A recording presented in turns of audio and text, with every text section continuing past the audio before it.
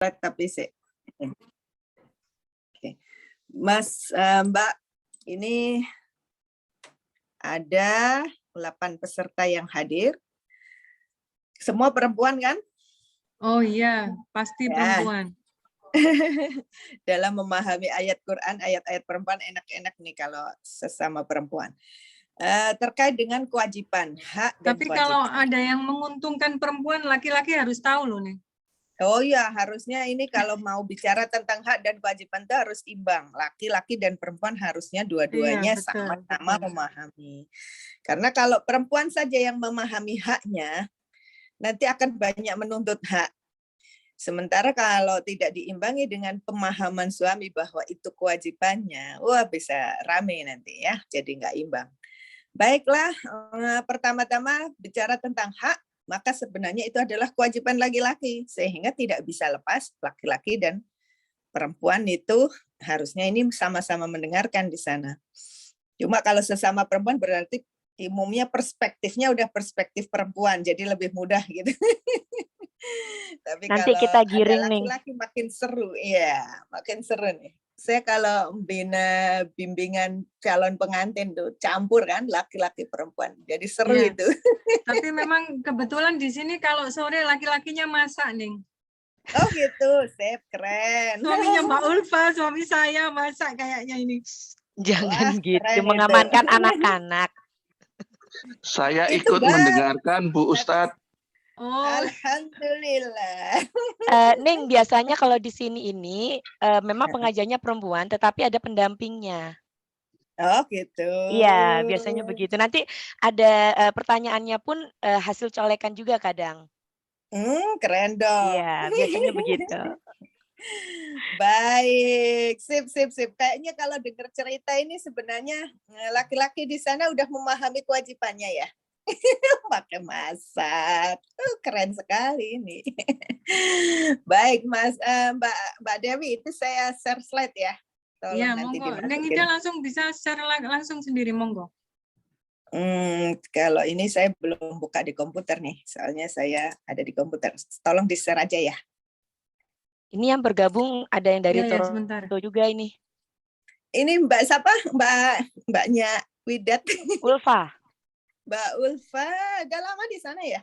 4 tahun barengan Mbak Dewi berangkatnya. Alhamdulillah. Baik, Mbak-mbak, Mas-mas yang hadir. Pertama tentang hak perempuan, itu menjadi kewajiban laki-laki. Jadi hak dan kewajiban kalau bicara suami istri itu nggak bisa lepas, dua-duanya harus sama-sama mendengarkan, mengetahui, dan memahami. Kalau dari sisi ayat Al-Quran, bicara tentang hak perempuan, banyak banget ayat-ayatnya. Salah satunya adalah surat An-Nisa. Di surat An-Nisa ayat 34, ayat 19, ayat 228. Dan masih lagi banyak ayat-ayat yang lain sebenarnya tentang apa yang harus dilakukan laki-laki terhadap perempuan. Tapi kalau kita bicara tentang kewajiban perempuan terhadap laki-laki, itu secara eksplisit ayat Quran yang mengharuskan perempuan harus apa, kewajibannya apa pada suami, itu tidak ada secara eksplisit, tapi ada banyak asbabun nuzul ya. Misalnya tentang kewajiban dulu, kewajiban laki-laki. Kalau kita bicara mungkin mbak-mbak yang pernah ngaji di kitab Uqudul Ijen, bab yang pertama didahulukan oleh Imam Nawawi adalah kewajiban laki-laki. Mengapa demikian? Mengapa ayat Quran lebih banyak bicara tentang kewajiban laki-laki terhadap perempuan, sementara kewajiban perempuan terhadap laki-laki secara eksplisit tidak pernah disebutkan? Karena Nabi itu diperintahkan oleh Allah dalam kondisi di mana perempuan dalam kondisi sangat amat sangat terpuruk, tidak memiliki hak yang diberikan, terutama di masa jahiliyah. Jangankan hak bahagia, hak hidup saja itu hampir hilang, kecuali perempuan yang beruntung yang terselamatkan oleh keadaan. Buktinya hak hidup saja nggak punya, padahal itu kan hak dasar setiap manusia, itu kan hak hidup ya. Wal mau'udatu su'ilat bi ayyi dzambin qutilat, di mana perempuan untuk hidup saja sudah susah, mati dikubur hidup-hidup. Sehingga Nabi memperjuangkannya mulai dari hak hidupnya. Jangan sampai perempuan dibunuh begitu saja, biarkan mereka hidup dan mereka punya hak hidup. Selanjutnya, Nabi berproses 23 tahun memperjuangkan hak-hak perempuan sampai di dalam hak di dalam rumah tangga. Lalu salah satunya turunlah Quran surat An-Nisa ayat 34. Ini ada asbab nuzulnya ya, ayat ini. Ketika kita sering mendengar ayat ar-rijalu qawwamuna 'alan nisa, seringkali ini dianggap hak suami. Padahal ayat ini justru turun bagian dari kewajiban suami terhadap perempuan. Ayat ini turun ketika Nabi memperjuangkan hak-hak perempuan dari hak hidup, kemudian nggak boleh begini ya, nggak boleh memukul ya, harus dimuliakan ya, nggak boleh dinikahkan paksa ya, nggak boleh dimiliki ya. Nah, si Sayyidina Umar ibn al-Khattab melihat itu, waduh kok baik, seringkali Nabi membela-bela perempuan. Para laki-laki akhirnya gerah juga dengan pembelaan Nabi terhadap perempuan. Akhirnya mereka protes kepada Nabi. Nabi, kalau terus-menerus perempuan itu diberi haknya, kita harus membahagiakan mereka, lama-lama mereka bisa ngelonjak nih. Terus kita yang jadi terzalimi nih. Nah, lalu turunlah ayat ar-rijalu qawwamuna 'alan nisa ini sebagai penghibur bagi laki-laki. Kamu nggak usah khawatir. Laki-laki itu qawwamun 'alan nisa. Kata qawwamun kalau di dalam tafsir terjemah tafsir Departemen Agama dan kita sering dengar itu diartikan apa? Qawwamun, pemimpin. Padahal kata qawamun beda dengan rois ya. Kalau rois, ini Ning Ulfa pasti udah tahu lah kalau ayat-ayat kayak gini. Itu pemimpin. Tapi qawam itu belum pernah ditemukan namanya qawam itu bermakna pemimpin kecuali di ayat ini. Itu ayat yang mengartikan ini pemimpin adalah sebuah tafsir. Tafsir itu artinya apa? Pencarian makna berdasarkan logika manusia. Dan begitu dimaknai tafsir, ternyata kata qawamun, pemimpin itu ada macam-macam nih. Ada pemimpin yang baik, demokratis, ada pemimpin yang bijaksana, ada pemimpin yang mengayomi rakyatnya, menganggap itu sebuah amanah yang harus dilakukan untuk kesejahteraan rakyatnya. Tapi ada juga pemimpin otoriter yang semau-maunya. Nah, ketika qawamun 'alan nisa ini dianggap pemimpin, ternyata efeknya luar biasa. Sehingga seorang pemimpin punya kekuatan yang mutlak untuk membuat keputusan dan harus ditaati keputusannya. Karena ini ada kaitan dengan ayat yang lain, wa ati'ullaha wa ati'ur rasula wa ulil amri minkum. Akhirnya suami jadi ulil amri minkum, segala urusan adalah milik hak suami, istri harus nurut begitu saja. Sementara kata qawamun, ketika diartikan seperti itu banyak terjadi kezaliman. Nah, ayat ini kalau bicara tentang lafaz qawam diambil dari kata qama, yaqumu, fahuwa qaimun, wadhaka. Nah, fahuwa qaim ketika mubalaghah jadilah qawam. Artinya dari kata qoma yang berarti berdiri, qaim adalah seorang laki-laki yang berdiri. Ketika diikuti dengan huruf jar ala, maka kata qawam akan bermakna mutaaddi yang artinya membuat berdiri terhadap. Kata qawam mubalaghah harus terus-menerus membuat perempuan berdiri. Maksudnya gimana? Akhirnya muncullah tafsir kontemporer sekarang kalau baca terjemahan Quran, bahkan Kementerian Agama sudah tidak lagi diartikan pemimpin, tapi pengayom, pelindung. Jadi apa hak perempuan terhadap laki-laki menurut ayat ini? Kewajiban suami-suami terhadap istri yaitu melindungi perempuan, menegakkan perempuan, mengayomi perempuan yang asalnya sakit, harus dibikin sehat. Gimana caranya? Yang perempuannya menderita harus dibikin bahagia. Yang asalnya lemah harus dibikin kuat. Nah, ayat ini sebenarnya bicara tentang kewajiban suami terhadap istri.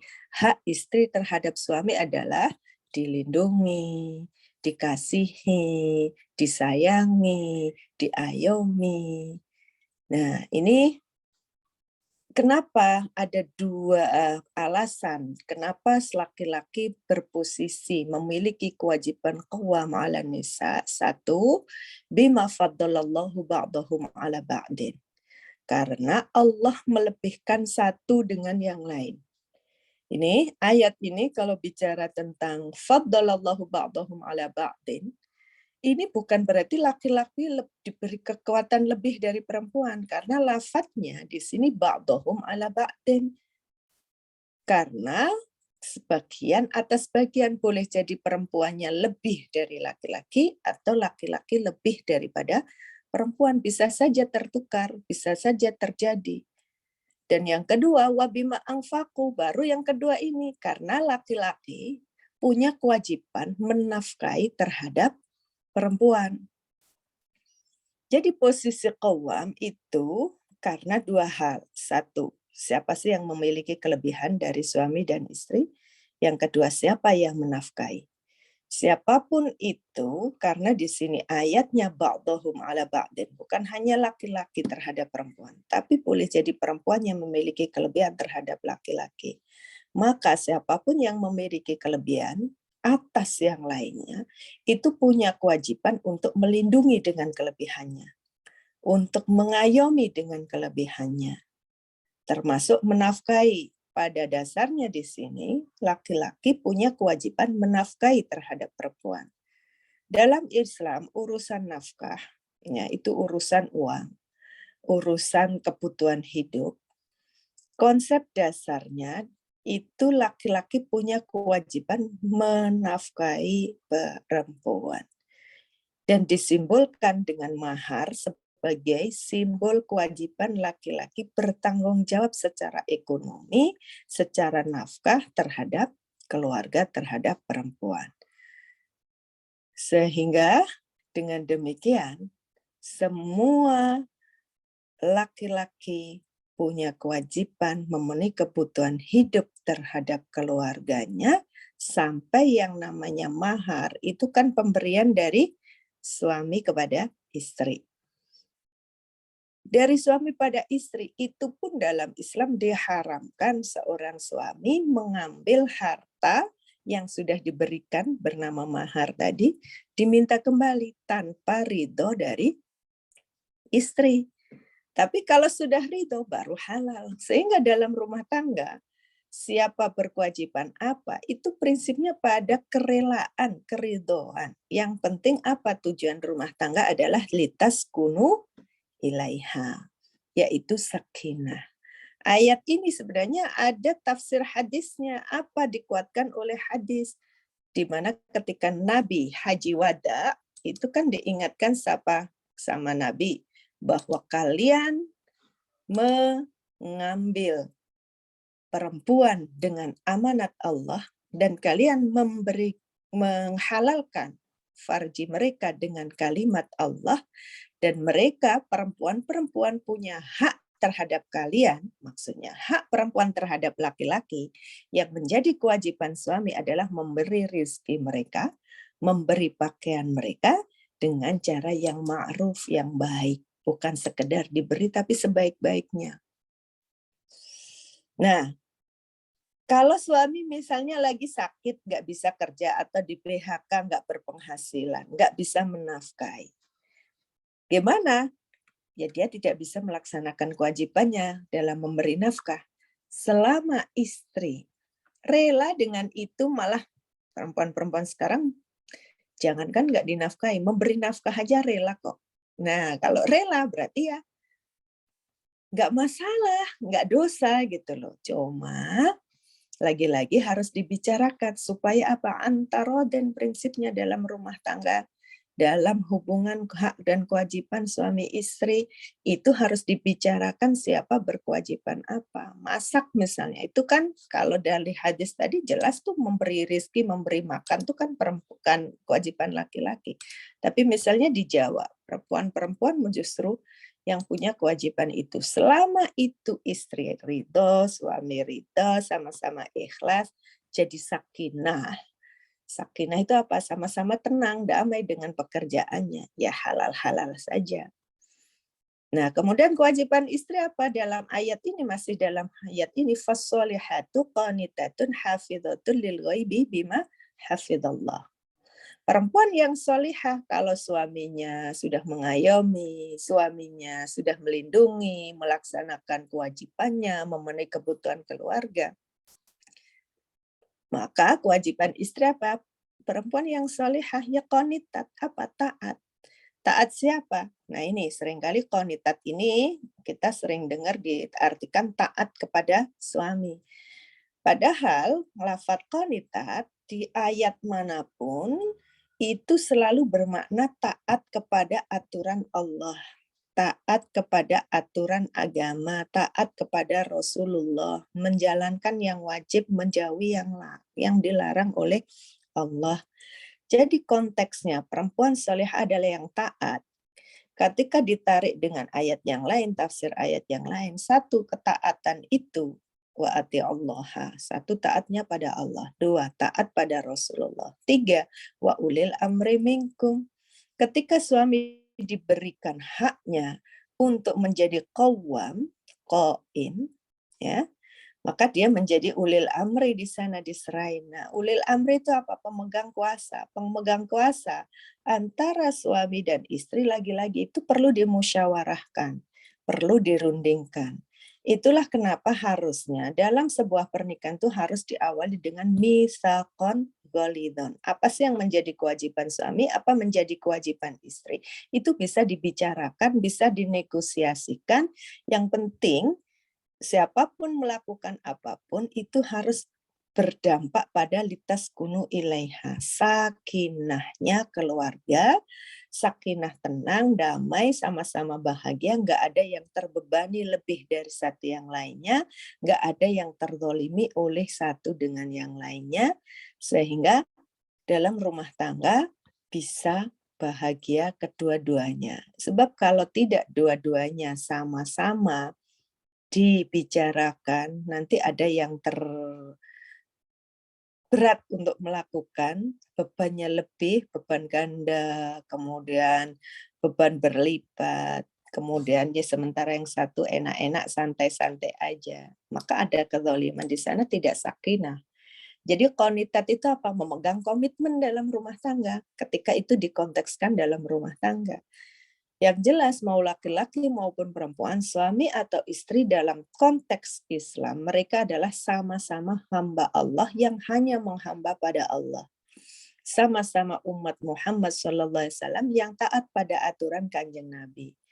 Hubungan dengan manusia, hablum minan nas, itu dibangun untuk kedamaian, kenyamanan, sama-sama tidak boleh satu dengan yang lain ada yang terlanggar haknya dengan kehilangan kebahagiaannya, hak berbahagia, hak menikmati hidupnya. Ya, jadi qanitat di sini konteksnya bukan hanya taat pada suami. Taat pada suami, taat pada manusia itu konteksnya hanya untuk fil ma'ruf.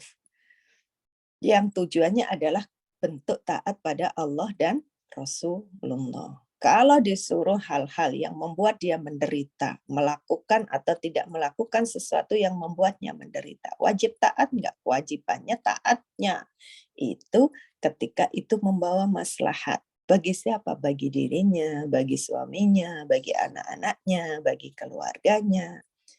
Kalau ternyata membuat dia menderita, harus berkorban terus-menerus, kemudian dampaknya orang kalau menderita kan akhirnya jadi tidak bahagia. Ketika tidak bahagia, bagaimana bisa membahagiakan keluarganya, suaminya, anak-anaknya? Ujungnya kan jadi uring-uringan, emosional, gitu. Maka tidak sakinah tujuannya. Maka gimana ya dinegosiasikan. Kenapa? Karena pernikahan itu pada dasarnya adalah kontrak sosial laki-laki dan perempuan. Bahasa Quran itu wa akhadna minkum mitsaqan ghalidhan. Pernikahan itu adalah permintaan komitmen perempuan terhadap laki-laki. Harusnya kamu berbuat apa, aku berbuat apa, kemudian dibuat kesepakatan sehingga sama-sama rela, ridho, ikhlas, sama-sama bahagia, sama-sama menikmati dengan pekerjaan, tugas, dan tanggung jawabnya. Hafidhatul lil ghaibi ma hafidhallah, bisa menjaga diri.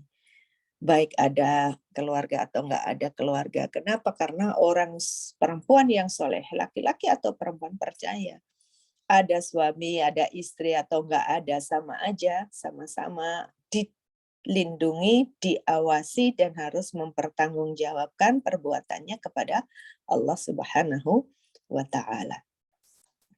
Nah, ini kewajiban suami yang pertama, melindungi, mengayomi, menegakkan perempuan. Kemudian siapa yang kuat di antara suami dan istri itu punya kewajiban sebagai qawwam tadi, mau laki maupun perempuan punya hak dan kewajiban yang sama. Tentang nafkah pada dasarnya adalah kewajiban suami menjadi hak istri.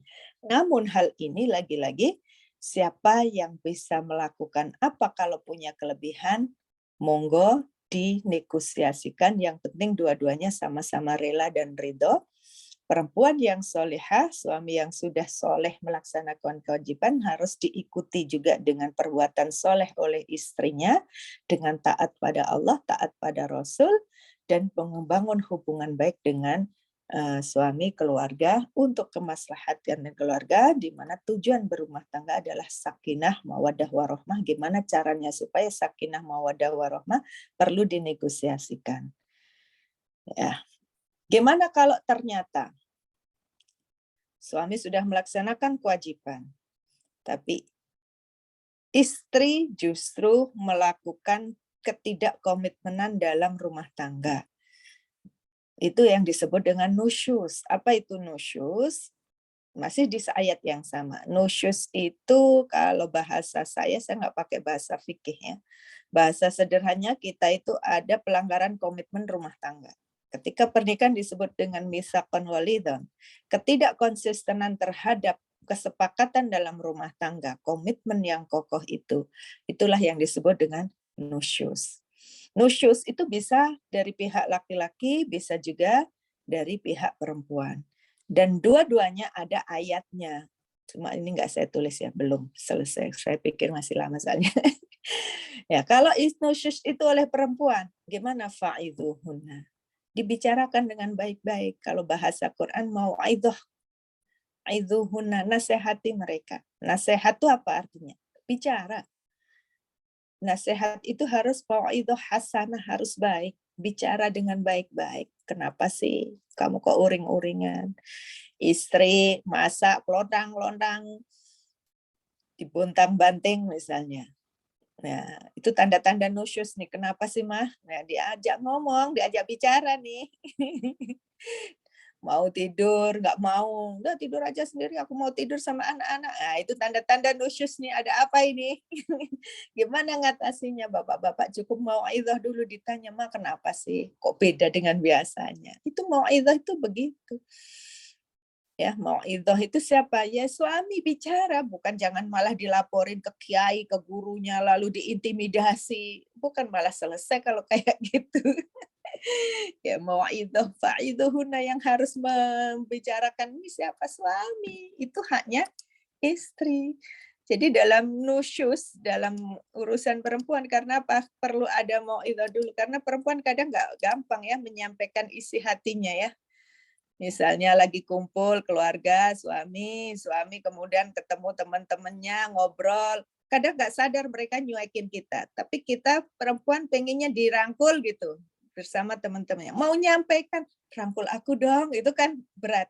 Tahu-tahu merengut, malah menjauh gitu ya. Gengsi, Neng. Iya.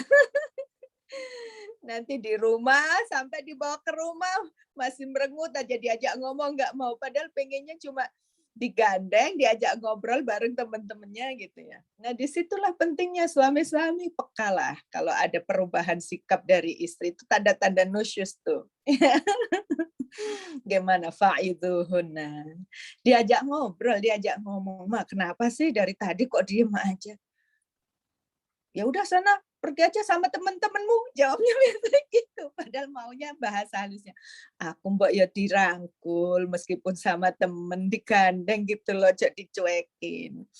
Itulah pentingnya bicara. Kalau saya memahami fa'iduhunna itu bukan nasihat, "Kamu nggak boleh gini, kamu harus begitu."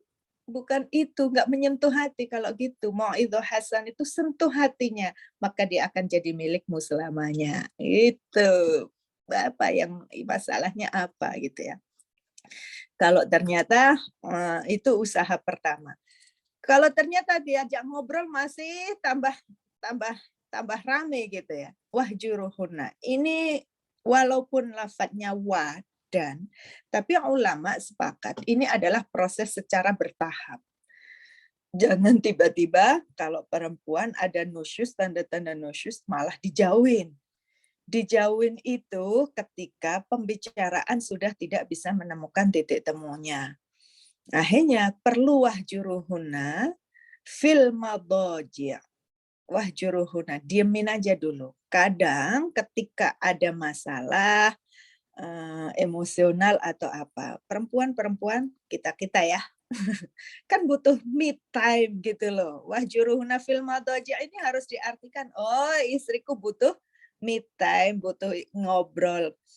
Menyampaikan nusyus itu biasanya kan ada dahulu masa-masa proses pegel ati habis pegel ati mengambil sikap pelontangan di dapur atau tidak bisa tersenyum atau seledet-seledet matanya atau ngomongnya jadi nggak lembut lagi. Nah, diajak ngobrol tambah ngamuk, didiemin dulu. Wahjuruhunna fil madhaji', didiemin dulu.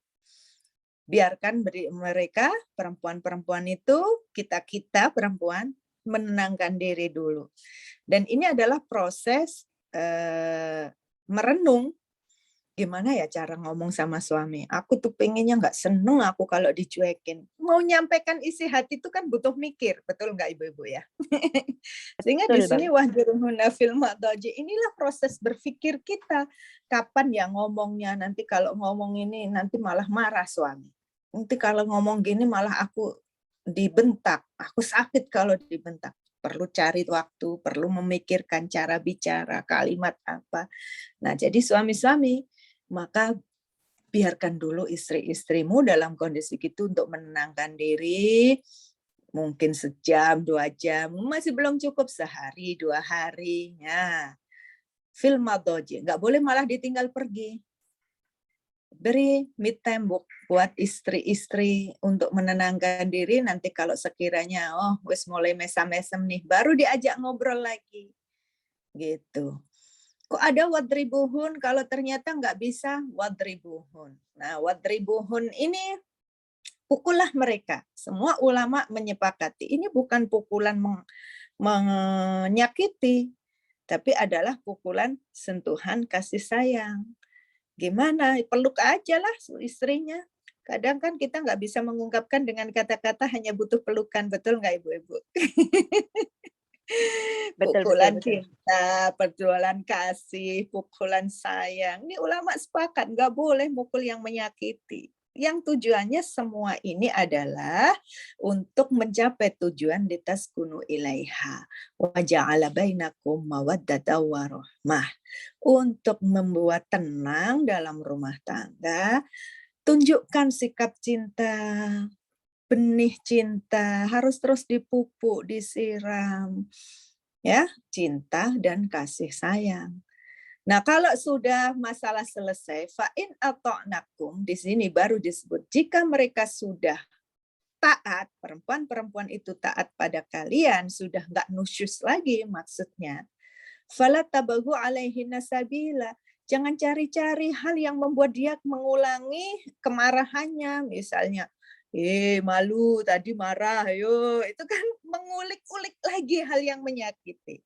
atau mencari-cari masalah supaya nanti coba dites tuh, nanti ibu mulak marah misalnya. Itu nggak boleh mencari-cari hal. Jangan diulangi lagi kesalahan itu yang mungkin ini perlu pemahaman perbedaan laki-laki perempuan itu secara bukan hanya secara fisik kan, secara psikis, emosional, karakter, cara pandang. Itu laki-laki dan perempuan kan laisa dzakaru kal unsa, bagaimanapun ada cara berpikir yang berbeda, cara menyikapi masalah yang berbeda. Nah, inilah pentingnya ada nusyus itu ternyata bagi saya. Nusyus itu kadang memang perlu, nggak ada rumah tangga lurus-lurus aja. Perlu ada perbedaan. Untuk apa? Untuk saling mengenal. Kaitannya dengan ayat yang lain kan, kenapa Allah menciptakan manusia bersuku-suku, berbangsa-bangsa, dan termasuk perbedaan laki-laki dan perempuan. Itu bukan untuk dihinakan, kamu sih perempuan. Wah biasa perempuan aja gitu, bukan untuk dihinakan gitu. Tapi lita'arafu, oh ternyata perempuan tuh begini. Istriku kalau begini, marah, ini menyakiti. Mungkin bagi laki-laki itu hal biasa. Perasaan perempuan kan beda dengan laki-laki kan? Maka itu harus dipahami sehingga ketemu, oh kalau gitu kemana-mana istriku ternyata pintanya digandeng, aku kenalin teman-teman, ketika sama ibu juga diajak, dirangkul, dipeluk gitu ya. Fala tabu alaihi nasabila, jangan diulangi lagi kalau sudah tahu itu yang diinginkan istri. Innallaha kana aliyan kabiro. Jadi laki-laki jangan merasa tinggi karena hanya Allah yang maha tinggi. Jadi laki-laki jangan merasa besar karena hanya Allah yang maha besar. Demikian juga perempuan ya. Jangan mentang-mentang harus dilindungi, harus diayomi, lalu semena-mena. Nggak boleh juga. Dalam Islam, laki-laki maupun perempuan punya hak dan kewajibannya untuk berbahagia. Maka suami punya kewajiban membahagiakan istri, dan istri punya kewajiban untuk membahagiakan suami. Bentuk kebahagiaannya disesuaikan dengan apa yang disukai istri, kerjakan selagi itu halal. Apa yang disukai suami, kerjakan selagi itu tidak haram. Gitu konteksnya adalah ketaatan di dalam aturan Allah Subhanahu wa ta'ala. Ini dari surat An-Nisa ayat 34. Dan ayat masih surat An-Nisa ayat 19. Apa ini? Ini konteksnya pada zaman jahiliyah. Perempuan dulu, zaman jahiliyah, itu kan dianggap barang. Zaman jahiliyah perempuan tidak punya hak hidup. Begitu Islam datang, mereka diharamkan membunuh perempuan, akhirnya perempuan punya hak hidup secara keseluruhan muslim. Tapi setelah lahir, ternyata mereka dianggap barang. Perempuan dianggap barang milik keluarga. Sehingga boleh diperlakukan apa saja namanya barang ya. Ibaratnya kita punya vas bunga, mau dipasang di mana, mau dibuang terserah aja, termasuk perempuan saat itu menikah. Perempuan biasa dengan dianggap milik keluarganya. Mau dinikahin bapaknya harus mau, dinikahin siapa saja harus mau, sama bapak mau dijual juga boleh-boleh saja. Lalu turunlah ayat ini, ayat An-Nisa 19, nggak boleh loh kamu memaksa nikah perempuan. Ini ayat ini asbab nuzulnya karena perempuan-perempuan masa jahiliyah itu dimiliki ketika jadi anak, dia milik bapaknya. Mau dinikahin bapak harus mau juga. Mau ketika jadi kakak, dia milik adik-adiknya. Maka adik-adiknya punya hak memperlakukan apa saja termasuk menggaulinya. Emak juga boleh digauli istri, itu zaman anaknya. Lalu muncullah ayat ini, nggak boleh kayak gitu. Perempuan tuh bukan barang warisan. Habis suaminya menikah, kembali ke keluarga. Dijual sama orang lain boleh. Lalu muncullah ayat ini, nggak boleh memaksakan perempuan untuk menikah. Ini sebenarnya ayat ini mewarisi perempuan dalam konteks jangan memaksakan perempuan untuk menikah. Karena mereka punya hak untuk menentukan hidupnya. Perempuan punya hak berbahagia, menentukan masa depannya, mau nikah dengan siapa saja. Nah, ini diperkuat oleh hadis bahwa Nabi menyarankan, menyuruh para sahabat, kalau sama gadis harus ditanya dulu, mereka mau apa enggak dinikahkan.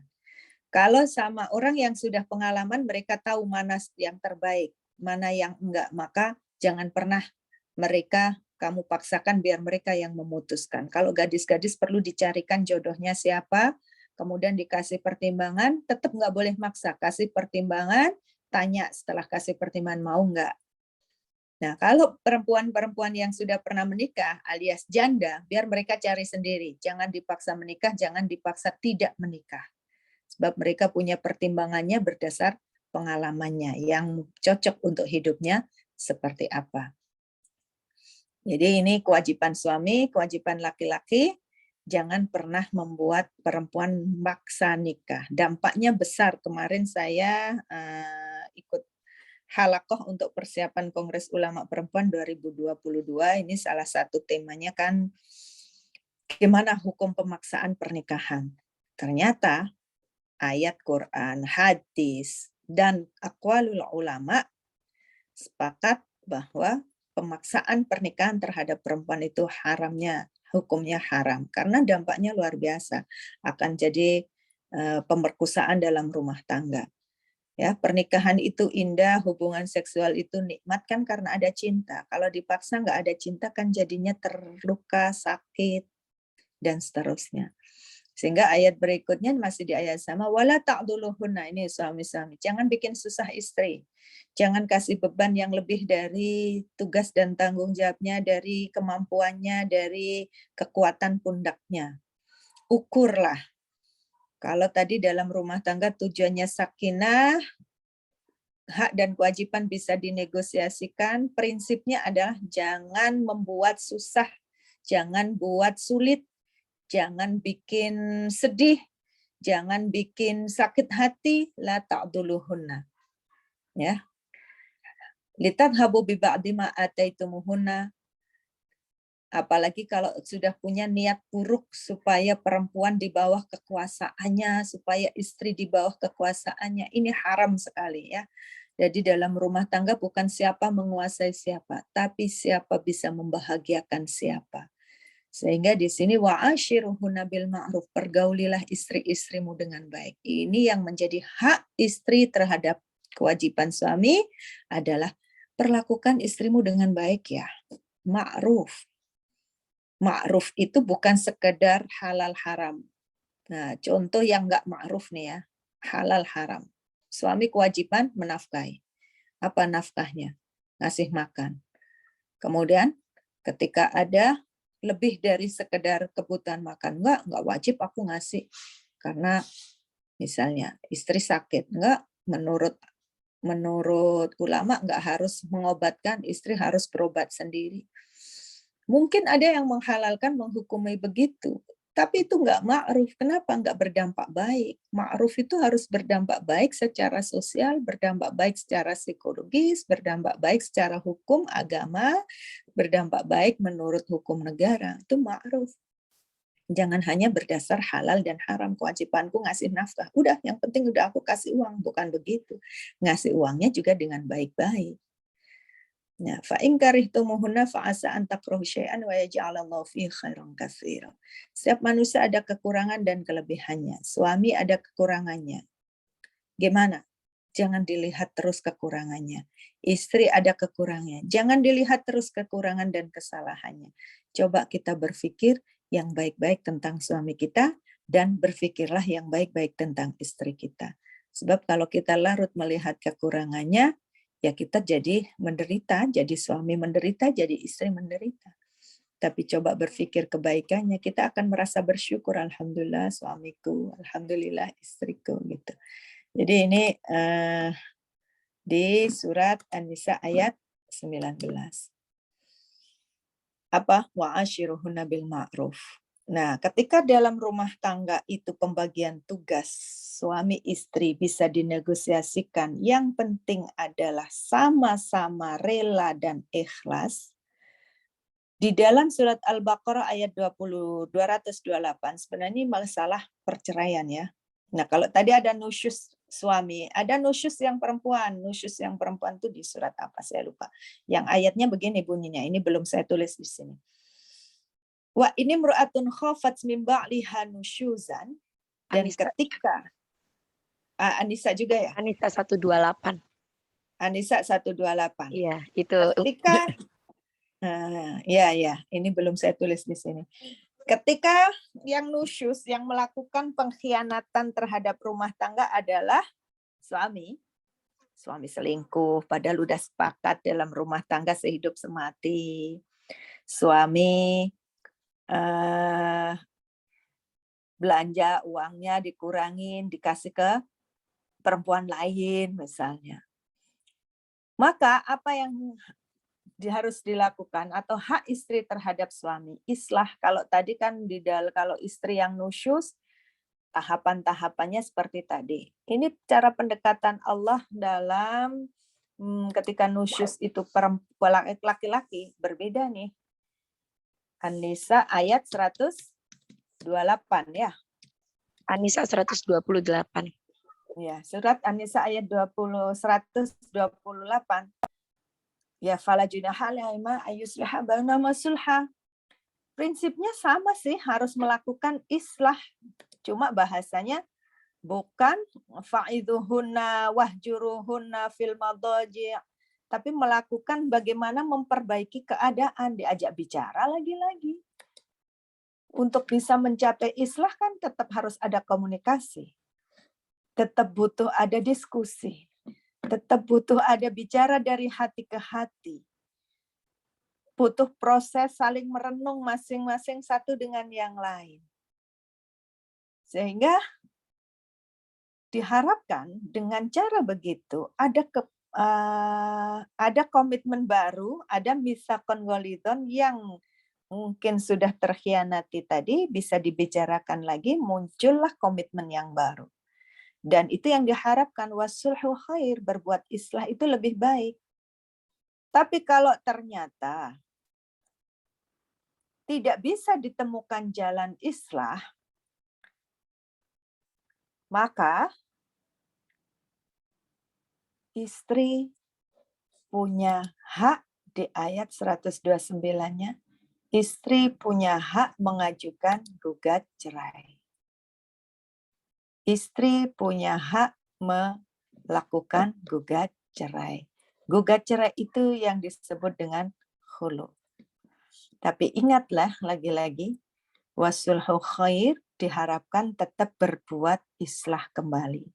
Harus dengan cara baik-baik dan lagi-lagi harus pertimbangkan semua kemaslahatannya berdasar takwa kepada Allah Subhanahu wa Ta'ala. Jangan sampai suami-suami menggantung istri, kemudian dengan nusyusnya tadi, sehingga istri-istri menjadi nggak jelas statusnya. Jadi diharapkan islah dan lagi-lagi harus berdasar takwa, sehingga di ayat 130, jalan terakhirnya kalau sudah tidak bisa memperbaiki keadaan, wa iyatafarraqa yughnillahu kullam min sa'atih. Lebih baik cerai. Istri punya hak menggugat cerai. Dan kalau cerai, gimana hukumnya? Halal. Udah jelas ayatnya di Al-Quran. Wa iyatafarraqa yughnillahu kullam min sa'atih. Walaupun di sini nggak ada perintah, tapi kalimatnya informasi, terpaksa cerai. Kalau cerai jangan khawatir. Kata Allah, jika mereka berdua bercerai, maka Allah yang akan memberi kecukupan kepada keduanya. Wa kanallahu wasi'an hakima. Jadi kalau ada yang bertanya, gimana hukum gugat cerai? Apa benar kalau perempuan gugat cerai tidak akan masuk surga? Tergantung latar belakangnya dan akibatnya.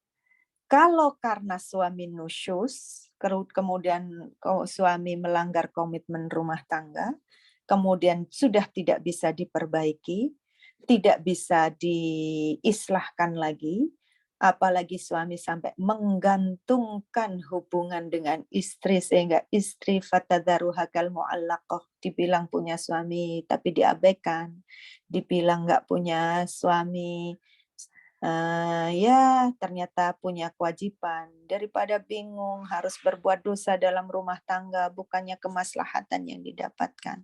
Jalan terakhirnya adalah perceraian, dan percayalah ibu-ibu, seandainya itu terjadi, landasilah karena Allah untuk kemaslahatan, untuk kebaikan perempuan dan laki-laki, keluarga, dan anak-anak. Ya, perempuan punya hak untuk mengajukan gugat cerai dan itu hukumnya halal ketika didasarkan untuk kemaslahatan dan kebaikan. Kenapa? Karena dalam Islam, laki-laki maupun perempuan, siapapun yang mengaku Islam, nggak boleh berkorban, kemudian mengorbankan dirinya demi kebaikan orang lain. Dirinya akhirnya menderita, terlara-lara, terluka-luka, seperti lilin yang menyinari sekitarnya, lalu akhirnya terbakar.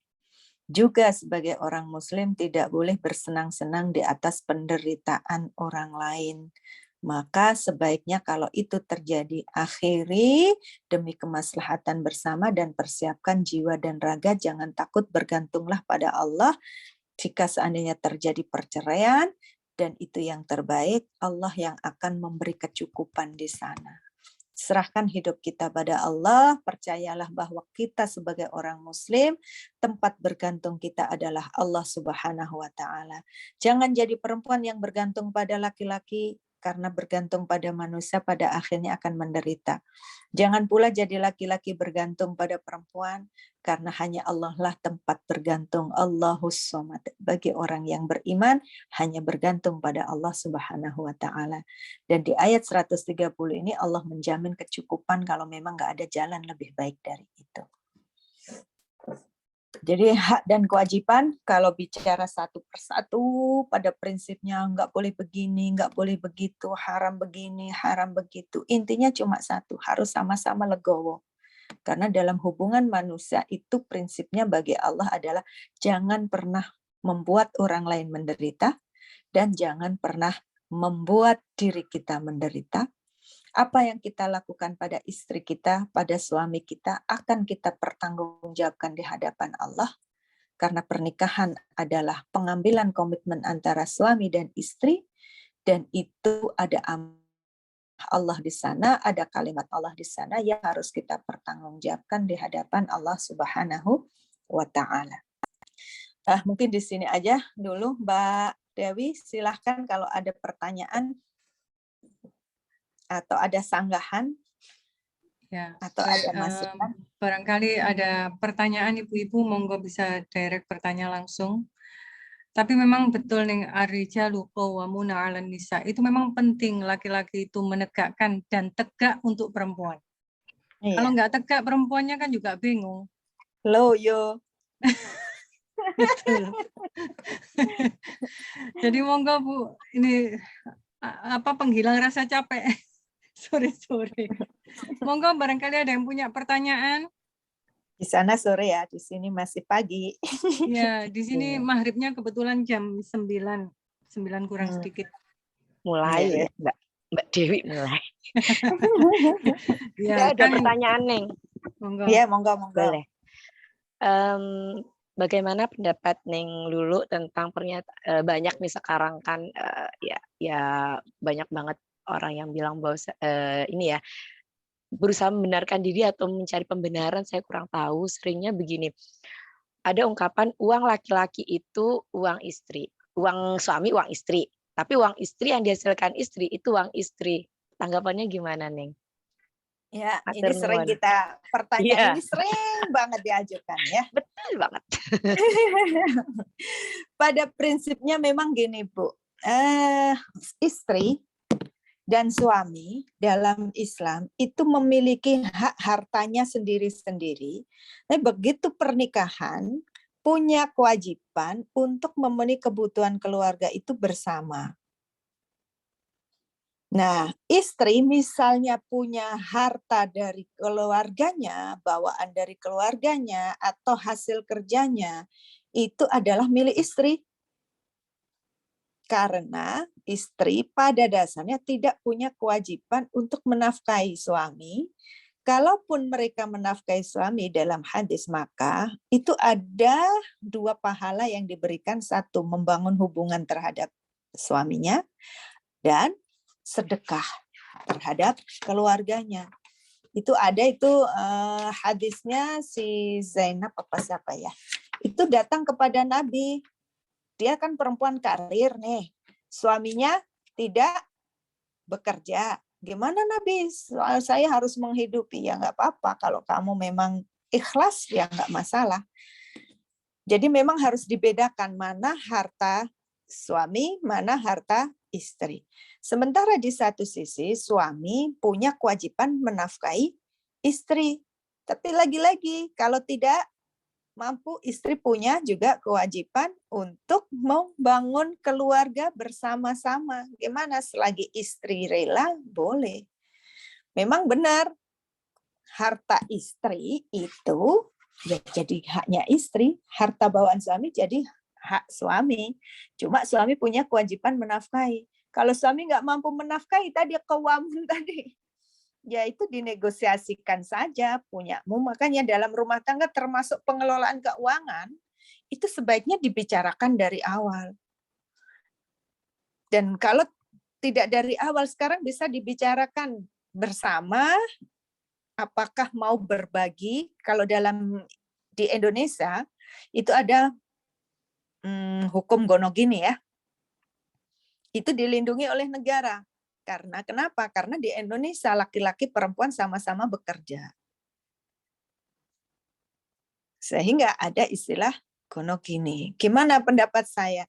Kalau saya tetap suami punya kewajiban untuk menafkahi istri dan istri punya haknya untuk dinafkahi. Kalau istri menafkahi suami, maka itu menjadi sedekah kembali pada hadis sedekah istri. Dan istri di satu sisi punya kewajiban membangun sakinah keluarga, maka dia juga harus membantu suami untuk memenuhi kebutuhan rumah tangga. Bagi saya, kalau itu harta bawaan, dan ini hukum negara di Indonesia ya, kalau itu memang harta bawaan istri, suami nggak boleh ngambil hartanya tanpa seizin istri.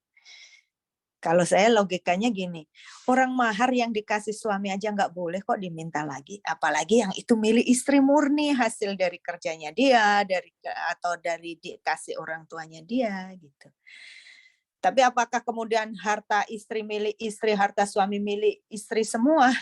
Nah itu dari mana dulu asalnya harta itu? Kalau dari keluarganya suami, ya sebaiknya itu tetap menjadi hak suami. Kalau untuk digunakan untuk menafkahi istri, ya menjadi hak istri. Dan di sini lagi-lagi ya, dalam hubungan dengan manusia yang penting antara Ibu, sama-sama ridho, sama-sama rela. Jadi lagi-lagi ini, gimana ini? Benar nggak kayak gitu? Ada benarnya, tapi kalau terjadi kezaliman jadi salah tuh. Prinsipnya dalam rumah tangga adalah kemaslahatan, Ibu. Adalah sakinah dua-duanya, nggak boleh ada yang terzalimi di situ. Itu pendapat saya, Ibu. Mohon maaf. Baik, terima kasih. Barangkali ada yang bertanya, yang lain monggo. Kalau boleh saya mau bertanya. Monggo silakan Bu Rosida. Kadang itu sekarang itu ada beberapa kasus gitu ya, bahwa laki-laki itu menikah kembali tapi tanpa persetujuan istri, dengan pertimbangan dia tidak mau menyakiti hati istrinya. Jadi dia punya istri yang lain, itu secara sembunyi-sembunyi. Enggak pamit gitu Bu ya? Tidak pamit, tidak Khianatan. Nah ini kalau dari kasus yang seperti ini, dia tuh kan maksudnya tidak ingin menyakiti hati istri gitu. Tidak ingin menyakiti hati istri, akhirnya menyakiti enggak, Bu? Karena ketidaktahuan itu, tadi. Ya. Lebih sakit itu.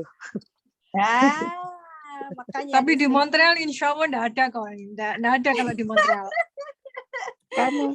Kan kalau misalkan kadang itu ada laki-laki yang punya proyek di luar kota, misalkan gitu. Kan istri kan, oh saya bekerja di sana, ada proyek ini, bla bla bla gitu kan. Dan ternyata di tempat misalkan adanya proyek itu si laki-laki itu menikah lagi gitu. Mhm. Nah, Mhm. kalau Ya. kasus seperti ini itu bagaimana? Padahal kan kalau seandainya jika suami itu meninggal, padahal ini kan ada kasus waris segala gitu kan. Oh, itu dampaknya jadi panjang ya. Jadi kan karena kan ketidaktahuan kan si istri yang pertama tidak mengetahui hal ini. Kalau dari kasus pertama kan ketidaktahuan. Kalau masalah seperti ini tuh bagaimana menurut pendapat Ibu? Ya.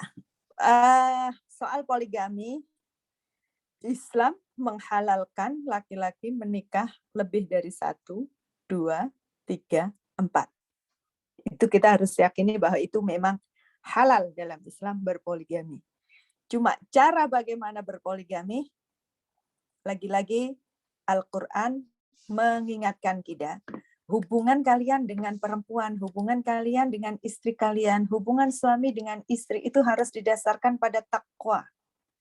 Orang yang bertakwa akan terus berhati-hati dalam sikapnya karena percaya bahwa setiap tindakannya, perbuatannya, walau istri nggak tahu, Allah tahu loh. Dan kamu akan dimintai tanggung jawab loh ya.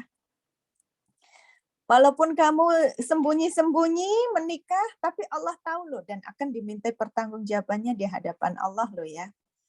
Dan orang bertakwa itu akan menghindari menyakiti manusia. Karena walaupun halal, kalau menyakiti itu tetap ada hisabannya.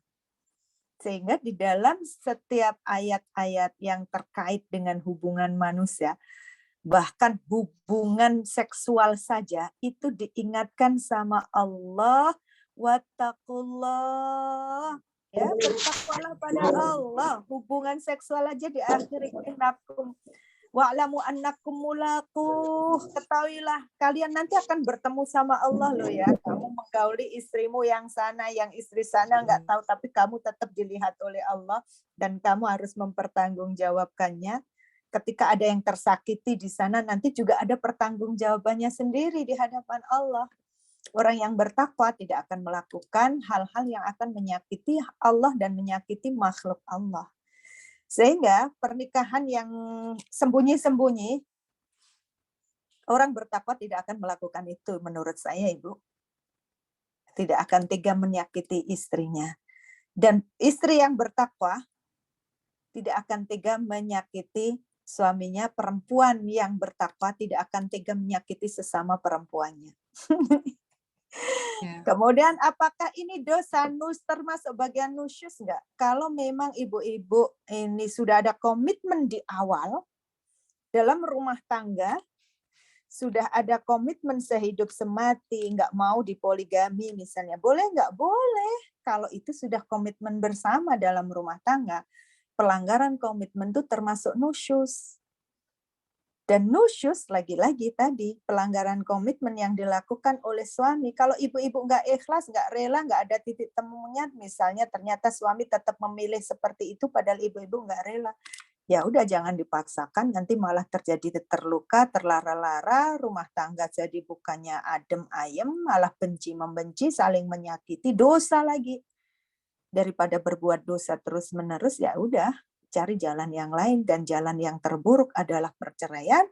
Cerai itu halal, tapi dibenci Allah. Tapi walaupun dibenci Allah, itu halal. Dan bahkan kalau itu lebih baik daripada keluarga dipertahankan, Allah menjamin tadi, apa? Diberi kekuasaan, diberi keluasan sama Allah, akan diberi kehidupan lebih baik. Jangan bergantung kebaikan pada manusia, bergantunglah kebaikan pada Allah Subhanahu wa Ta'ala. Jadi gimana menyikapinya? Kalau ibu-ibu rela dengan itu, ya sudah, ignore it aja, anggap udah pulang punyaku. Tetaplah berbuat baik pada suami kalau bisa, tapi kalau nggak bisa berbuat baik, ambil jalan yang terbaiknya. Ya, jadi itu nusyus atau enggak tergantung komitmen dalam rumah tangga ya, Bu ya. Kalau itu ada pelanggaran dalam rumah tangga, dosa dong. Tapi kalau memang dari awal udah disepakati dengan suami istri, ya Mas, nggak apa-apa, saman rapi maneh, dengan ikhlas, Aku rela, yang penting aku tetap jadi bojomu. Kan ada juga perempuan-perempuan yang gitu. Juga ada perempuan yang memang sengaja menikah dengan orang yang sudah punya suami. Nah, itu pernikahannya sih halal, makanya hubungan suami istri tadi wa ashiruhna bil ma'ruf, dengan ma'ruf, pertimbangkan perasaannya juga, bukan sekedar halal dan haram. Nikah lagi halal sih halal, tapi ma'ruf enggak sih? Nah, dampaknya ternyata enggak baik, berarti enggak ma'ruf. Secara psikologis ada yang tersakiti, berarti enggak ma'ruf. Halal, tapi enggak ma'ruf. Makanya yang diperintahkan oleh Allah, kewajiban suami apa? Pergauli istri dengan ma'ruf, dengan baik. Bukan hanya suami, wa ashiruhunna itu musyarakah. Istri juga gitu, pergauli suamimu dengan ma'ruf, dengan baik, pertimbangkan perasaannya, pertimbangkan dampak dari perbuatanmu, dan seterusnya. Begitu, Ibu. Bagaimana Bu Rosida? Terima kasih banyak atas Ya, penjelasannya.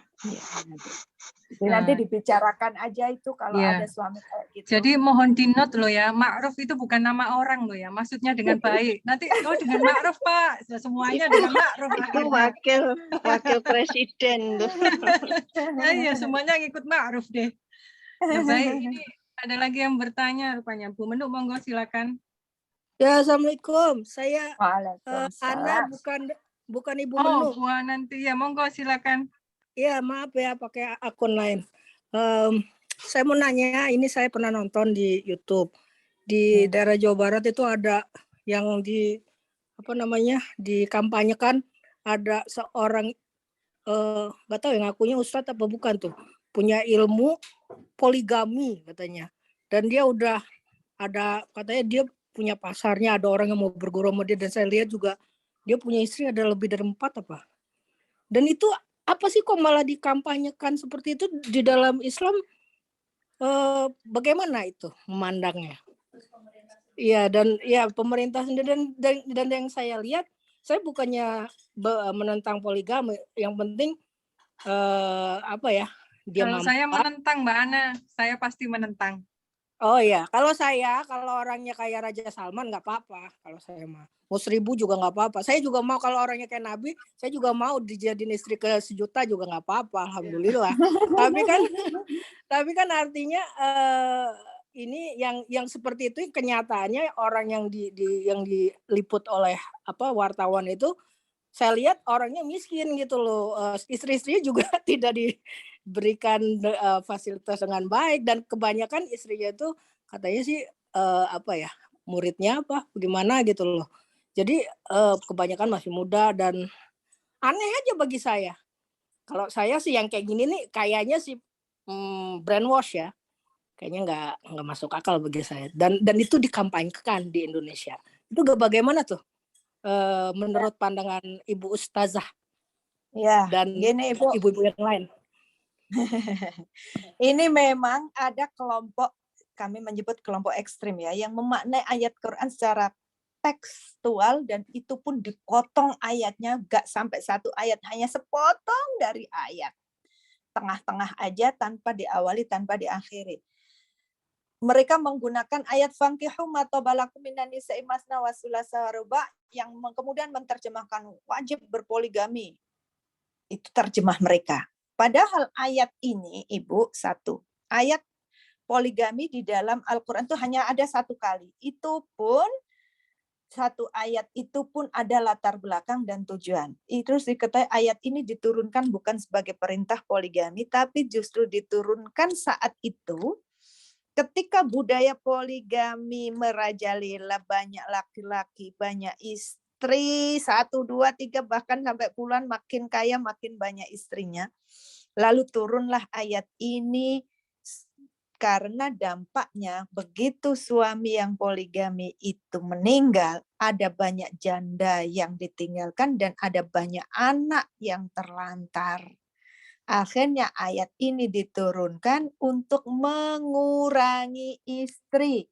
Sekarang dimaknai kelompok itu justru perintah menambah istri. Itu salah pertama. Lagi saya ulangi. Ayat tentang poligami ada di surat An-Nisa ayat 3. Dan itu satu-satunya ayat diturunkan untuk mengurangi istri. Perintah mengurangi istri, bukan justru menambah istri. Kalau ada yang memahami ayat ini perintah menambah istri, berarti salah dia dalam memahami ayat. Dan itu sedang menyebar di Indonesia, di kelompok tertentu yang ini nggak jauh-jauh dengan ISIS, ya, memahami ayat ini. Ayat ini memotong ayat hanya di tengah-tengah, hukumnya haram. Harusnya ayat ini difahami secara utuh, wa in khiftum alla tuqsitu fil yatama. Tujuannya ayat ini untuk mengurangi istri adalah supaya tidak banyak janda dan tidak banyak anak yatim yang ditinggalkan. Karena akan ada banyak korban dalam poligami, bukan hanya terhadap perempuan, tapi juga terhadap anak-anak. Sehingga ayat ini ditutup dengan perintah bermonogami. Kalau mau berbuat adil, maka cukup satu saja, monogami saja. Kenapa? Dzalika adna alla ta'ulu. Ayat Qur'annya justru memerintahkan untuk monogami karena dengan bermonogami maka kamu akan lebih mudah untuk tidak berbuat aniaya.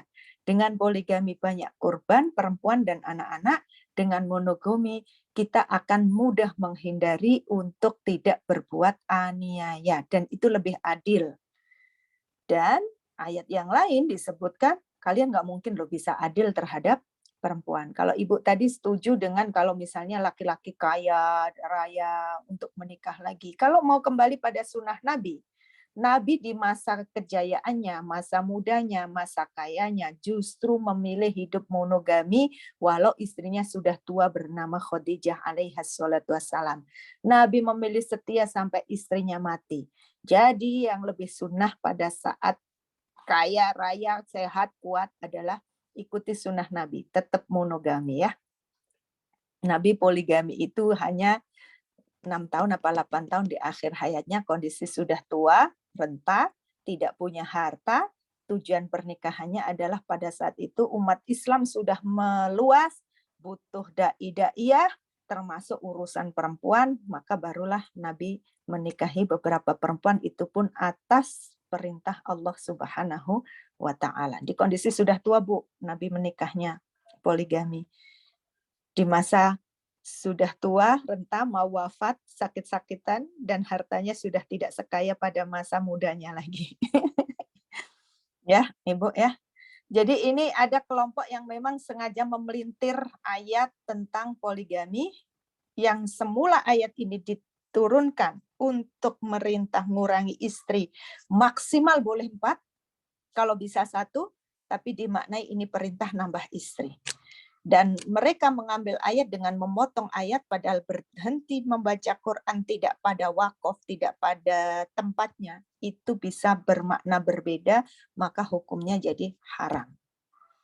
Nah, ini bukan hanya di Jawa Barat, Bu, itu mereka bikin pelatihan-pelatihan poligami dan disediakan istri-istrinya. Na'udzubillah min dzalik, mudah-mudahan Ya, kita memang terhindar dari mereka memang bukan orang yang bertakwa berarti menurut saya.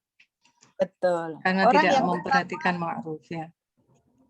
Orang yang bertakwa tidak akan memperlakukan manusia seenaknya, termasuk pada perempuan.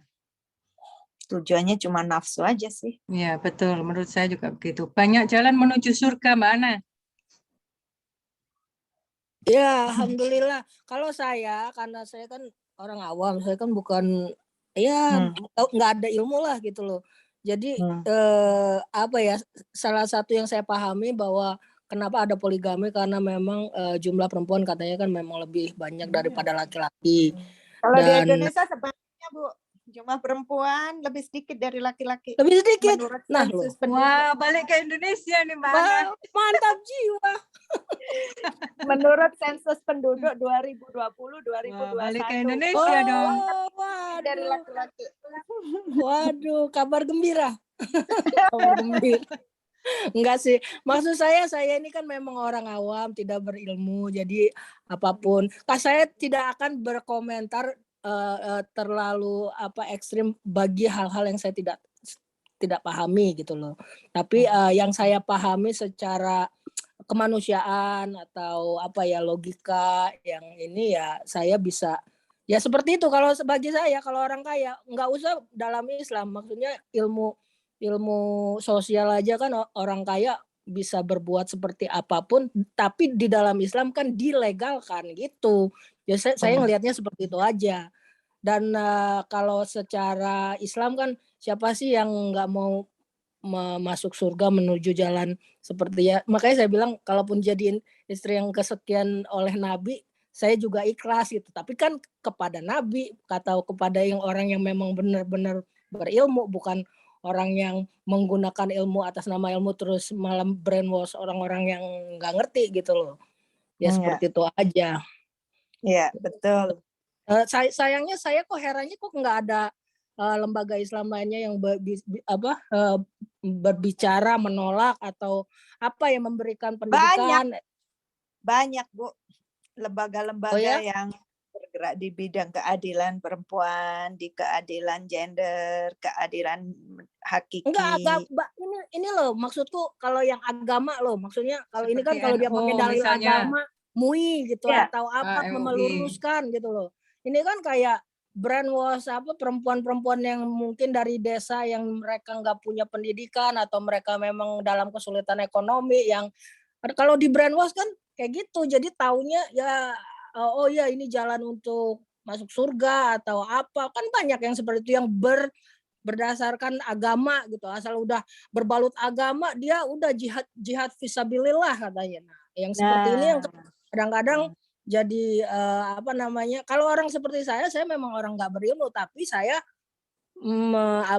pakai logika atau ilmu sosial atau apa gitu, dan saya juga nggak hidup di sana juga kan. Tapi waktu saya ngelihat itu ada di YouTube, diangkat sama wartawan, ya artinya ini bukan hal yang nggak kecil, ini udah banyak, udah dikampanyekan, udah dipromosiin, itu kan gila kan, bener nggak?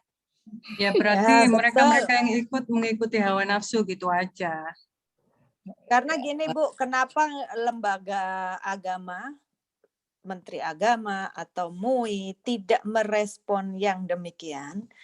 Sebab ini nanti akan menjadikan polemik ya, justru menjadi permusuhan di antara kita, karena mereka berhadapan dengan orang yang tidak bertakwa, akan terus-menerus terjadi masalah khilafiyah, itu tidak bisa dihindari. Sama dengan kayak ketika kunut dari zaman dulu sampai akhir zaman nanti tidak akan bisa, karena mereka menggunakan ayat, kita juga menggunakan ayat. Nanti jadi perang ayat, perang sesama muslim, itu yang harus kita hindari, satu. Kemudian sementara di Menteri Agama harus mengayomi seluruh umat beragama, termasuk aliran-aliran agama sesama Islam. Ini sama-sama Islam loh masalahnya. MUI sendiri itu juga tidak semua dalam satu arah yang sama ya. Ingat di MUI juga ada kelompok mereka dan mereka mati-matian membela kebenaran yang mereka yakini. Itu aja masalahnya. Saya ini kan karena kita tinggal di sini ya. Saya ini kadang-kadang agak kesulitan juga untuk menerangkan, karena kawan kerja saya kan banyak yang bukan muslim kan. Mereka tuh approach ke saya nggak berjilbab. Makanya mereka mau approach ke saya, nanya-nanya hal seperti ini, mereka lebih bebas. Jadi itu aja susah saya neranginnya. Walaupun dalam pengertian saya, logika saya dengan keterbatasan ilmu saya dan penerimaan saya tentang keadaan itu, saya berusaha menerangkan, karena saya di sini jihad saya itu membela Islam, bukan membela Islam ya, menunjukkan bahwa saya orang Islam dan inilah seperti ini, orang Islam itu seperti saya ini gitu loh, bukan seperti yang diomongin yang di media. Kan mereka kita nggak, terus terang kita di sini nggak bagus loh. Maksudnya Islam itu tidak bagus dalam pandangan mereka. Nah, itu yang isu-isu seperti itu yang suka dilontarkan, dan alhamdulillah karena saya tidak pakai jilbab, mereka lebih approach ke saya. Jadi saya bisa menerangkan dengan baik gitu loh. Itu pun saya nggak puas gitu neranginnya. Kadang-kadang apalagi saya ngelihat kenyataan yang di Indonesia itu lebih mengernyitkan kening lagi tuh. Kok bisa begini ya? Ini aja udah setengah mati neranginnya, apalagi yang ini. Gimana kalau mereka bisa tahu begini, kan aneh banget kan? Maksudnya wow, sampai segitunya gitu loh. Saya akal saya nggak bisa nyampe tuh ke situ tuh. Ya. Ada orang bisa yang seperti itu gitu loh, aneh banget. Nah itulah yang suka kadang-kadang hal-hal yang berbalut agama itu bisa dipelintir terus Nah, jadi betul. jelek gitu. Jadi Ya, kita itu kalau concern mau saya aja. berdakwah dengan ilmu kita adalah dengan perbuatan kita yang baik sebagai orang bertakwa, itu tidak menyakiti sesama, nggak boleh. Dengan cara akhlak aja sih, Bu. Ya, alhamdulillah ya seperti itu saya mungkin terlalu naif ya kalau saya bilang itu berdakwah, tapi paling enggak orang enggak takut sama saya dan enggak malu, enggak khawatir kalau mereka bertanya tentang Islam kepada saya enggak ngerasa diserang gitu. Malah saya malah ngerasa senang dengan begitu saya menunjukkan ajaran Islam yang sebenarnya gitu. Ya seperti itulah karena lingkungan saya kan kerja memang bukan Islam, kami bukan di Indonesia gitu loh. Di sini kan orangnya beragam. Jadi memang Islam adalah minoritas di sini. Saya merasakan betapa jadi minoritas itu tidak enak. Tapi tidak apa-apa. Tapi tidak apa-apa. Kita semangat. Tetap semangat. Kita banyak menemukan nilai-nilai Islam di negara kafir ini. Sorry. Nggak ada negara kafir, Mbak. Semua dunia ini yang bikin Allah. Negara itu kan namanya dari manusia. Alhamdulillah ada pembela saya. Ya, Monggo. nggak ada. Barangkali ada satu pertanyaan lagi, silakan Mbak Ulfa. Iya, terima kasih. Yang pertama nanggapin Mbak Ana ya tadi ya. Yang tadi mohon maaf nih dulu. Mbak Ana, iya memang kalau ngobrol sama orang yang memang sudah sudah tertutup dan menutup diri itu lebih susah daripada kita berbicara kepada orang yang memang dia tidak beragama tapi dia mau membuka diri. Itu saya alami pribadi juga ketika saya ngobrol-ngobrol dengan teman-teman yang memang dia orang-orang yang termasuk minal cingkraniat ya, yang dia memang tidak pernah mau menerima hal itu karena dia sudah sebelumnya menerima doktrin yang berbeda, baru ngomong aja sudah menutup telinga, sudah tidak mau. Kita ngomong itu kayak ya sudah, ya tinggal serut masuk aja tanpa difikirkan kembali. Lebih sulit. Dan malah lebih mudah ketika saya berbicara dengan teman-teman saya yang tidak beragama di sini tentang Islam. Mereka lebih menerima apa yang ada. Awalnya memang mereka melihat jilbab saya. Mereka takut, mereka bilang ya macam-macam ya. Tapi lama-kelamaan ketika kita lama berdialog, mereka bisa menerima itu. Dan bahkan mereka lebih bisa menerima dibandingkan mereka yang orang Indonesia yang katanya sering ikut pengajian, sering ikut halaqah dan lain-lain. Itu dalam tanda kutip ya maksudnya. Itu miris sekali. Itu sih yang pernah saya alami dan nggak sedikit kok perempuan-perempuan yang seperti Ning Lulu ini yang memperjuangkan hak-hak perempuan, hak-hak muslimah yang yang posisi mereka itu banyak hak dan kewajiban mereka banyak dipelintir dengan mengatasnamakan ayat-ayat dan hadis-hadis. Itu banyak sekali. Ya Ning Lulu nggih. Pejuang tangguh Ning Lulu ini. Pejuang tangguh. Benar-benar dan banyak sekali sebenarnya ini Mbak Mbak Ana. Di Indonesia banyak, tetapi mungkin entah ya karena apa ya, tapi ketika Mbak Ana nanti saya share link-link YouTube yang banyak ini Ning Lulu ya. Ya, boleh. Share link YouTube-nya Ning Lulu, Ning YouTube-nya Mbak Ii, Ning Yai Fakih, itu banyak sekali sebenarnya. Nggak sedikit yang. Kemudian ini mungkin kalau misalnya ini menjadi pertanyaan terakhir Ning Lulu, mungkin berkaitan dengan pertanyaannya Mbak Rosida tadi. Saya pengen karena mungkin ada beberapa juga yang mengalami long distance ya di sini ya, bukan yang di ini. mungkin ada tips-tips bagaimana menjaga keharmonisan rumah tangga, hubungan suami istri meskipun dia itu terpisah oleh jarak gitu. Itu bagaimana biar tetap ayem, adem, harmonis, rukun, itu bagaimana nih? Dan bagaimana menghindari pihak ketiga juga. Entah itu pihak ketiga dari perempuan ketiga atau pihak ketiga dari Laki-laki ketiga. Itu ataupun dari pihak keluarga bisa jadi menjadi orang ketiga yang memperburuk suasana hubungan dari keduanya. Itu kan sekarang ada juga nih, orang ketiga sekarang jadi tanda kutip, bukan cuma laki-laki dan perempuan yang berbeda, tapi juga dari lingkungan terdekat juga bisa jadi. Gitu. Yang banyak nih sekarang kayak, mohon maaf nih ya, kayak misalnya ipar atau mertua atau yang temen gitu. Itu bagaimana, matur nuwun. Gampang Mbak Ulfa, ramuan Madura. Bentar Mbak. Kalau saya gini, harus disepakati dulu, mau LDR, misalnya LDR ya, saya juga cukup lama sih LDR-an sama suami. Apa yang harus dibangun pertama? Kita harus memahami bahwa pernikahan itu adalah mitsaqon walidon, komitmen yang kokoh, dibikin komitmen dulu. Sebelum berpisah sama suami, berjarak dengan suami, itu ada pembicaraan. Komitmen itu harus dibangun dengan berbicara.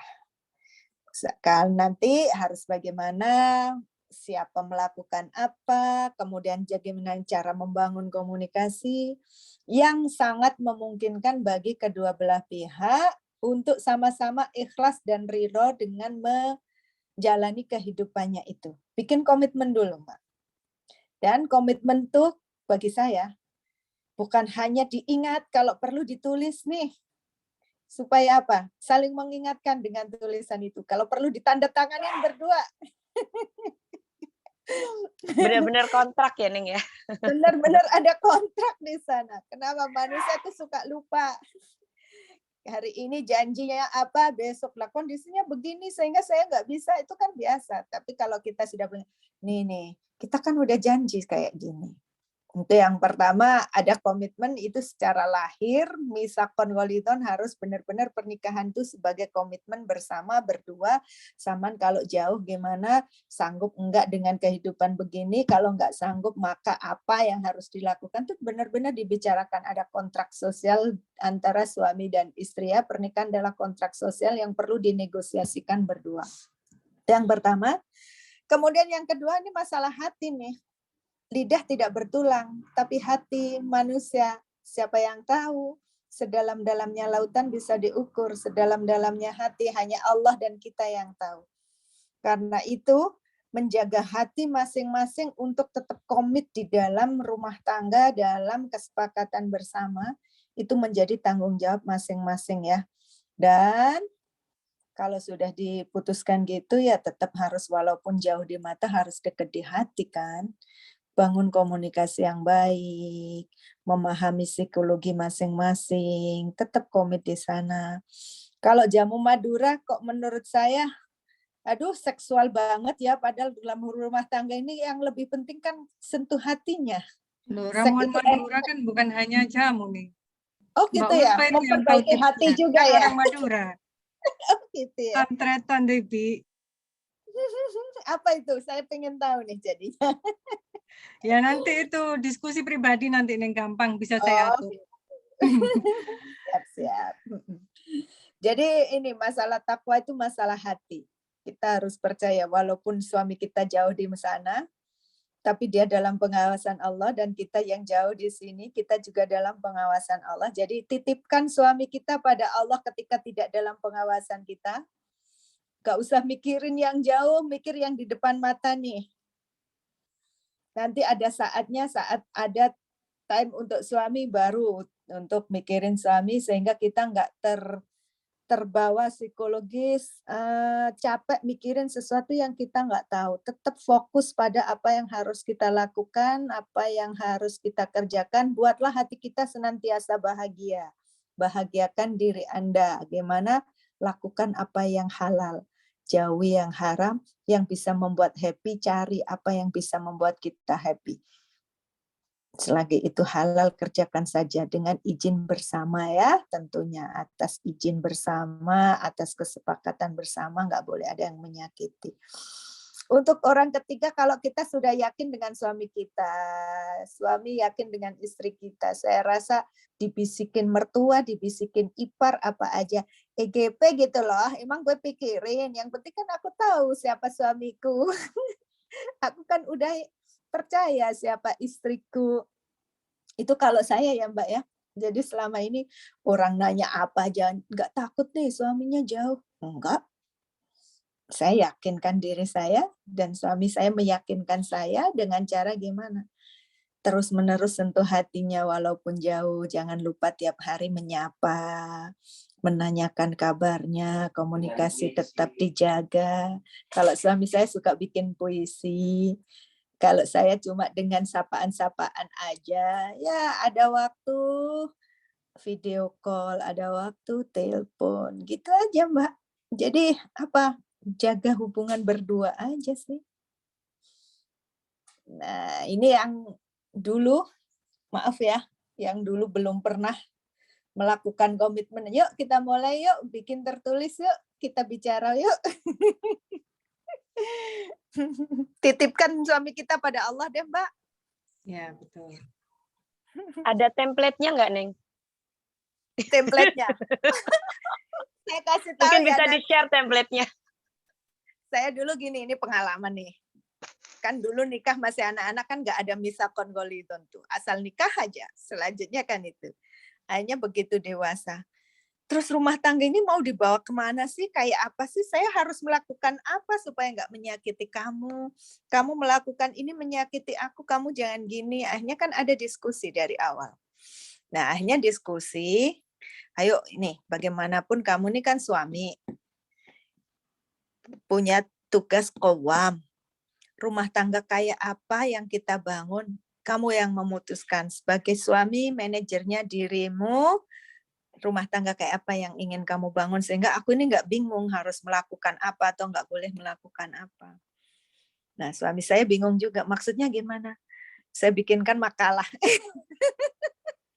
Mau manajemen rumah tangga kayak apa? Mau nikah 1, 2, 3, 4, oke silahkan itu hakmu. Tapi kewajibanmu begini loh ya. Oh enggak dah kalau mau setia sehidup semati kayak mimilan mintuno. Ringan sama dijinjing, berat sama dipikul. Kalau gitu kewajiban kita begini-begini, kamu nggak boleh begini, aku harus begini, dan seterusnya. Manajemen kedua. Manajemen ketiga, giliran hak, minta hak poligami secara Islam karena halal, dengan kewajiban istri yang suruh Islami taat, patuh, nurut, dan seterusnya gitu. Ini nggak adil kalau menurut saya. Ini sudah poligami antara budaya dan agama yang tidak adil bagi perempuan. Mulai sekarang juga aku selesai deh kalau kayak gitu. Hanya bikinlah kesepakatan, Mbak. Saya ketik di sertifikat loh. Kayak sertifikat gitu. Akhirnya kan suami milih, oh ya udah gini aja. Oke, kalau begitu tanda tangan. Saya ketik kayak sertifikat gitu, ada perjanjian kontrak. Pakai materai berapa itu, Neng? 6.000, 10.000? Enggak pakai materai. Materainya lillahi ta'ala, Mbak Ulfa. Kan Allah sebagai Materainya saksi. Allah yang maha tahu. Baiklah, ini semakin seru. Tapi di sini karena sudah mulai masuk maghrib di sini, Neng Ida. Oke, monggo Ya, sholat. jadi bagaimana Ibu-Ibu atau kita akhiri dulu di sini? Mungkin entah kapan lain waktu bisa bersua kembali. Kalau ngomongin ini tuh nggak selesai-selesai, Mbak Ya, Dewi. insya Allah. Ya, enggak. Tapi kan sekarang ini kita sudah tahu. Yang Iya. pertama tadi, qawamun itu penting bagi laki-laki. Kan perempuan sekarang sudah tahu. Kemudian ma'ruf. Jangan keliru ya, mohon maaf. Ada ma'ruf-ma'ruf yang menggoda, tapi Ma'ruf bukan ma'ruf yang amin. itu. Tapi ma'ruf, kalau ma'ruf amin kan sudah sepuh nih. Oh gitu ya. Di sini kan ma'rufnya lain. Oh gitu. Muhammad Ma'ruf, Ahmad Ma'ruf. Ma'ruf beseret, ma'ruf apa, gitu lain lah ma'rufnya. Nah, jadi ya itu tadi, yang penting semuanya seperti balik lagi akhirnya kepada surat Al-Fatihah, kita sandarkan semua dengan Bismillahirrahmanirrahim. Insya Allah hidup kita barokah, baik sebagai istri maupun sebagai suami. Begitu Neng Hidayah. Jadi bersandar itu hanya kepada Allah, dan apa-apa yang kita lakukan tentu juga semua karena Allah. Mencintai suami, memeluk suami, itu semua karena Allah. Begitu pula suami kepada istrinya. Insya Allah akan menjadi hamba yang bertakwa, tidak akan saling menyakiti. Iya. Nanti kita bikin kampanye bersama nih. Ya, siap. Ayo. Untuk perempuan. Baik, terima kasih untuk petisi. ibu-ibu semuanya yang telah hadir, juga Ning Ida yang telah bersedia mengisi. Karena waktu sudah mulai masuk maghrib dan kita harus melaksanakan sholat maghrib.